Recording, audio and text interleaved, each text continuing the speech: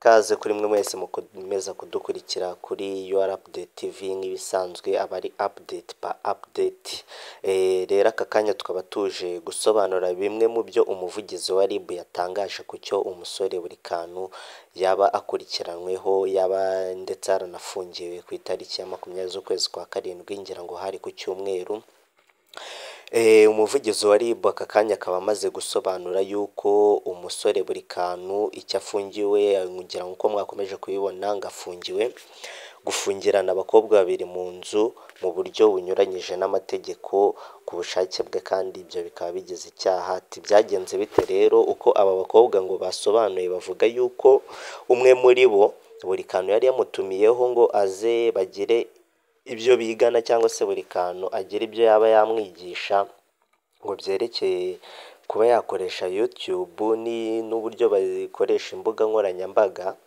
Gusa uyu mukobwa ngo akaza kuba yagira amakenga, aho yahise abwira mushuti we w'umukobwa ko bajyana, ni muri urwo rwego babashije kuba bagenda ari babiri, kuko buri kantu yari yatumiye umwe, ariko uwo mukobwa agira ngo amakenga azana na mugenzi we. Niko kuhagera ngo buri kantu arabakira, abagurira amafanta, dore ko banavuga yuko itike ariwe wari wayiboherereje ibazana aho ngaho mu rugo iwe, abagurira amafanta.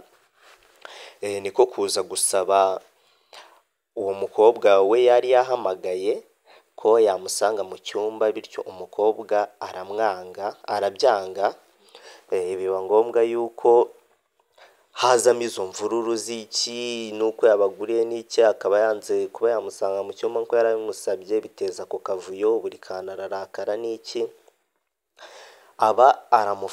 arabafungiranye, aravuga ati ntabwo mubasha kuba mwasohoka mu nzu mutanyishyuye amafaranga yanjye nabatakajeho. Abakobwa nuko baratakamba, baravuga ati se kudufungiranye bigenze bite? Arabafungirana, ajya hanze ati dufungurire, we abasha kuba yabyanga.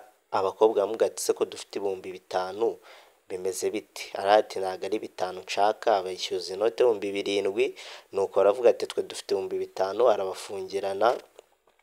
Baza kuba nibwo baje guhita bahamagara kuri polisi, inzego z'umutekano zibasha kuba zahagera, buri kantu akibafungiranye. Ubwo bivuze ko yasanzwe koko yafatiwe mu cyuho, ariko gusanga akibafungiranye bamutegeka ko yabafungurira, bityo nawe ahita atabwa muri yombi.